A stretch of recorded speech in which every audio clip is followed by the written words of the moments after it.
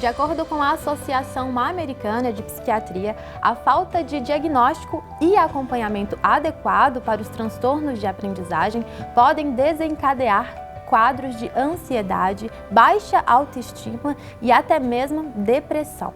A doutora Ângela Matilde, que é PhD em neurociências, psicanalista e psicopedagoga, continua aqui no estúdio comigo para falar sobre esse assunto. Doutora Ângela, a gente está aqui nesse papo, né? A gente já falou sobre quais são os principais transtornos de aprendizagem, mas eu fico pensando também na pessoa que está lá do outro lado e não sabe por onde começar, né? Qual que é o primeiro passo? A partir do momento que um pai, um cuidador suspeita que aquela criança pode ter algum tipo de transtorno de aprendizagem, o que ela deve fazer?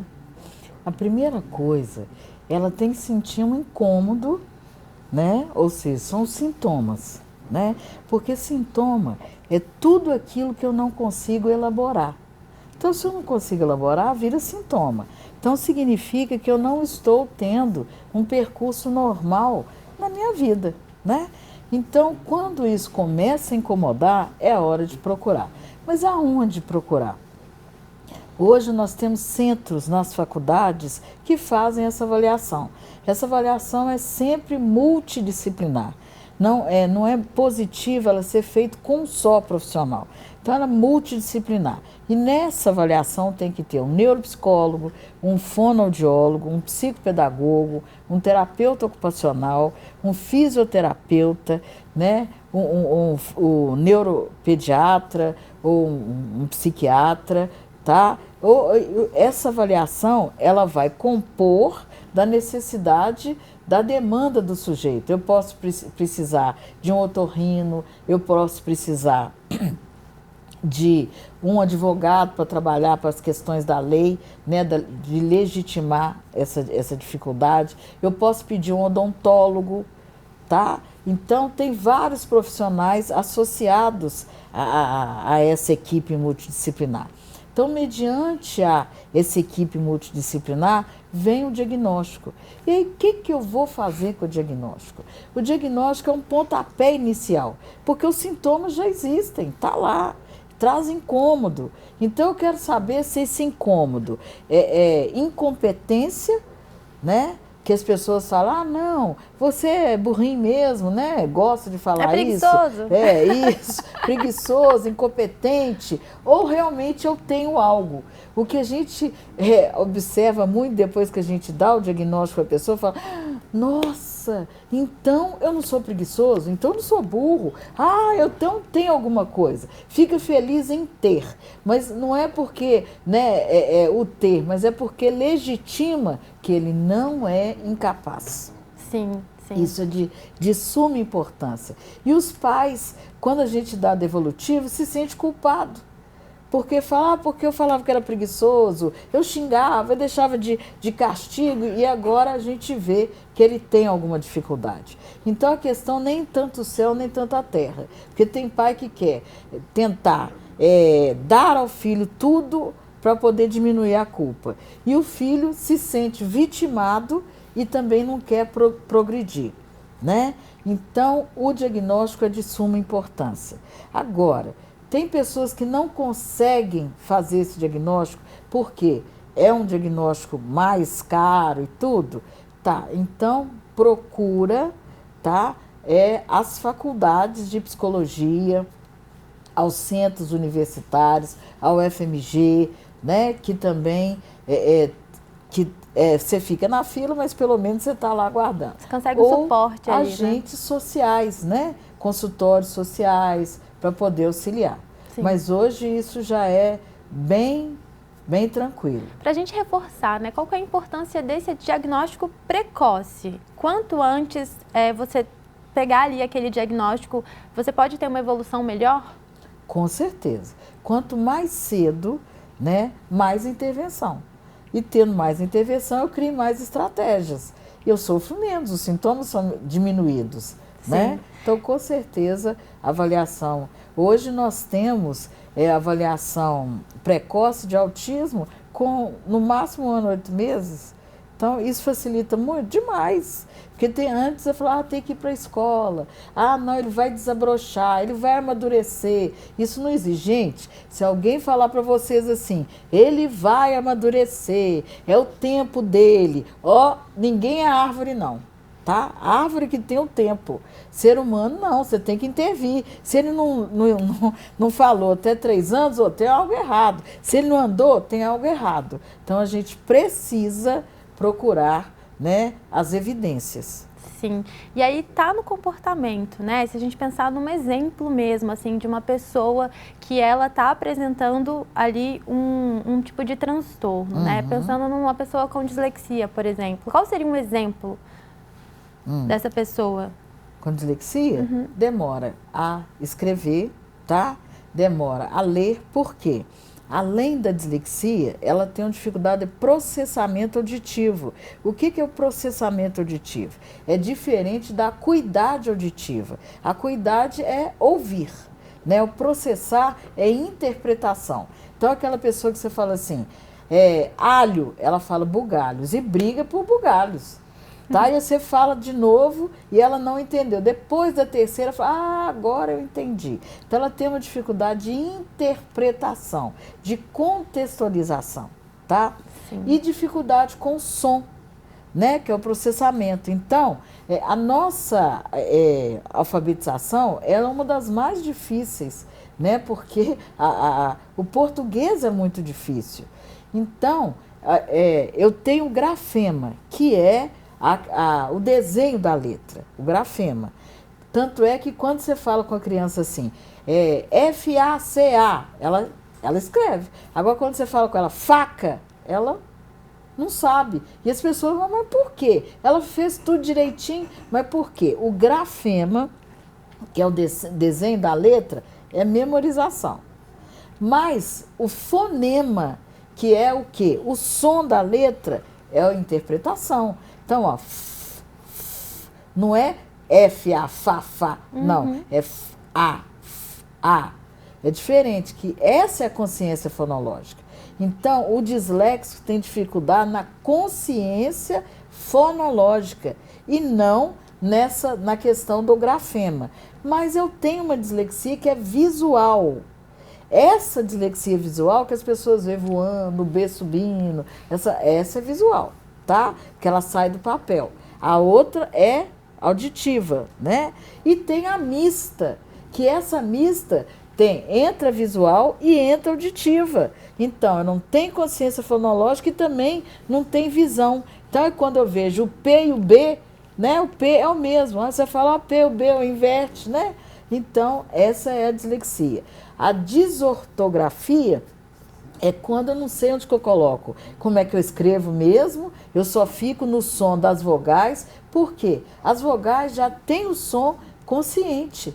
A é A, é, não é isso? Não tem. Então, essa eu dou conta. Por isso você fala lá, uva, ela escreve U e o A. O V não tem, porque o V é consciência fonológica. Mas enquanto vogal, eu estou lá, U e A.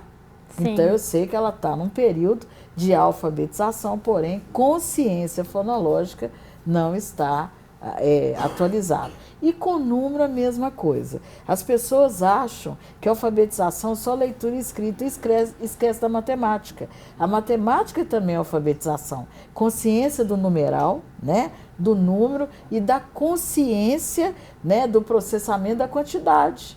Então, também funciona da mesma forma. Pois é, então é importante ali, principalmente nesse período da alfabetização, observar esses sinais, né? Como a gente já falou. Agora, a gente também já citou aqui a importância desse diagnóstico precoce, né? E sobre a multidisciplinaridade de profissionais envolvidos nesse processo também. Isso. Mas quais são, doutora Ângela, as principais estratégias que podem ajudar, né, essas pessoas que são utilizadas nessas intervenções? Quanto à questão dos transtornos de aprendizagem, não tem medicação para isso, tá?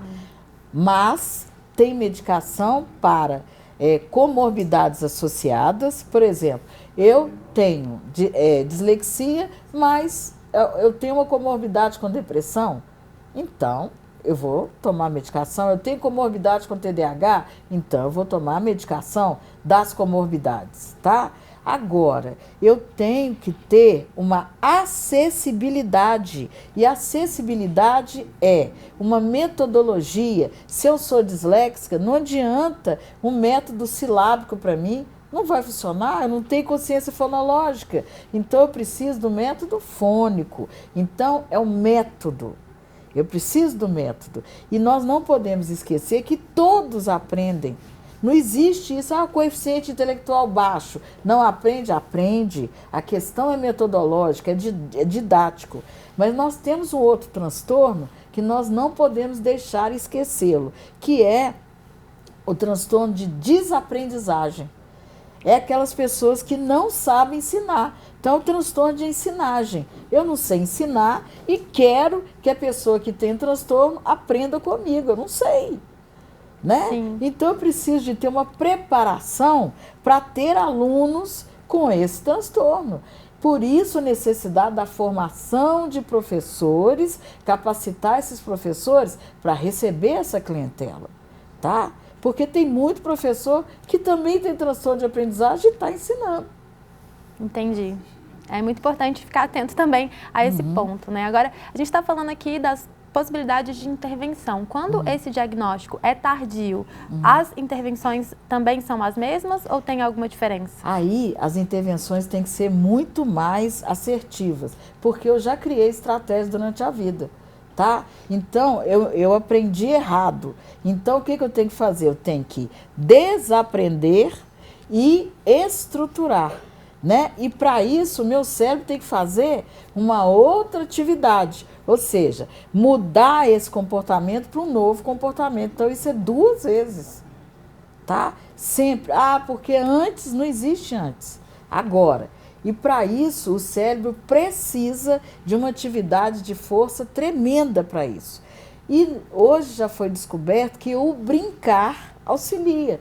Então, quando você coloca motivação, você coloca animação e tiver recompensa para isso, tudo bem. É igual quando você arruma um namorado, né? Nossa, você fica alegre, você quer o cabelo e isso, você está motivada. Para você aprender, você tem que ter essa mesma motivação desse namorado, que é a recompensa. Você está recebendo, ter essa motivação. Aí a coisa funciona, tá? Isso é muito, excelente. Toda vez que tiver motivação, eu tenho mudança de comportamento. E para que eu formalize essa mudança, eu tenho que ter uma recompensa. Sim, isso é movimento cerebral. Eu fico pensando também que é importante que a pessoa que tem esse diagnóstico busque essas formas e não tente justificar também, né? Porque eu fico pensando que a pessoa às vezes pode falar, eu sou assim porque eu tenho TDAH. Isso. E passa a ser uma justificativa, mas não pode cair, né, nessa ideia. Esse é o vitimismo, né? Eu sou assim, né? Mas você não precisa ficar assim. E para isso, você tem que estar em terapia, no processo terápico, porque é aquilo que a gente estava conversando. Eu aprendi assim, né? É igual a síndrome de Gabriela. Eu nasci assim, eu morri assim, né? Você sempre assim. Não, né? Você pode mudar o seu comportamento. Por isso, uma das intervenções muito interessantes para quem tem transtorno de aprendizagem com comorbidade, com TDAH, é o PEI, Programa de Enriquecimento Instrumental, que trabalha com a modificabilidade comportamental. Tá? O TCC, Terapia Cognitivo Comportamental, que trabalha com a modificabilidade cognitiva, tá? E assim por diante. A pessoa precisa mudar o comportamento para dar conta de ter outros registros, porque senão... E como que você me diria, doutora Ângela, como que as escolas podem hoje construir esse ambiente inclusivo também para as pessoas que têm algum tipo de transtorno de aprendizagem? Qual que é o papel também das escolas? Conhecer o que é inclusão. A primeira coisa. A inclusão não é dar acesso a quem tem um transtorno. Isso é educação especial.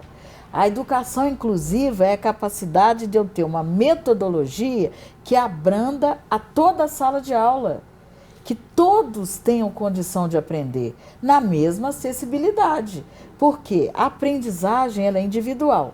Eu tenho a minha aprendizagem, você tem a sua, cada um tem a sua. Mas a educação, ela é geral. A educação é para todos. Agora, como que eu retenho essa educação, que é a aprendizagem, aí ela vem como uma digital. Então, para isso, eu preciso, dentro de sala de aula, construir esse universo. Isso é inclusão. Agora, se dentro da minha sala de aula eu apresentar o meu aluno, esse aqui é autista, esse aqui é isso aqui é aquilo, isso é educação inclusiva? Não, isso é educação especial. Agora, por que o professor faz isso? Porque ele quer? Não, porque ele também não tem esse conhecimento da inclusão na sua legitimidade, porque até o professor precisa ser incluído para que haja aprendizagem nessa sala. Porque senão fica no lugar do suposto saber, né? Eu sei tudo, e é dessa forma, vocês tratam esse coleguinha diferente porque ele tem TDAH, trata o outro porque ele tem dislexia. Então eu coloco a sala, o quê? Registrando a dificuldade do outro. E nós já sabemos que a criança não tem flexibilidade cognitiva e controle inibitório. Qualquer situação, você é burro, você tem TDAH, você é aquilo outro. Então nós não podemos dar uma munição errada. O que a gente tem que trazer é esclarecimento, tanto desse ambiente alfabetizador, que é a escola, que é o segundo lugar onde que a criança, qualquer um de nós fica mais tempo, né? E trabalhar pro social. E nós temos que lembrar que o TDAH cresce, que o transtorno, né, a pessoa que tem dislexia, descalculia, cresce também, e eu tenho que prepará-lo para a vida. Né? Mas eu ouvi falar que a maioria das pessoas que tem TDAH, tem transtorno, vai para TI, vai para a questão mais lúdica. Por que será? Porque lá eles podem o quê? Expressar suas habilidades e competências. Então nós precisamos de ter escolas que tenham o chão na valorização das habilidades, das competências e do exercício lúdico do ser humano. Ou seja, criatividade, né? Para que a coisa continue. E isso não significa que é menos sério do que qualquer outra profissão. Né? O verdadeiro profissional é aquele que faz o que gosta e é motivado pelo aquilo que ele quer. E aí a coisa caminha. Sim, é um papel muito importante mesmo nesse processo. Doutora Ângela, muito obrigada pela sua participação aqui no programa hoje. Eu que agradeço muito.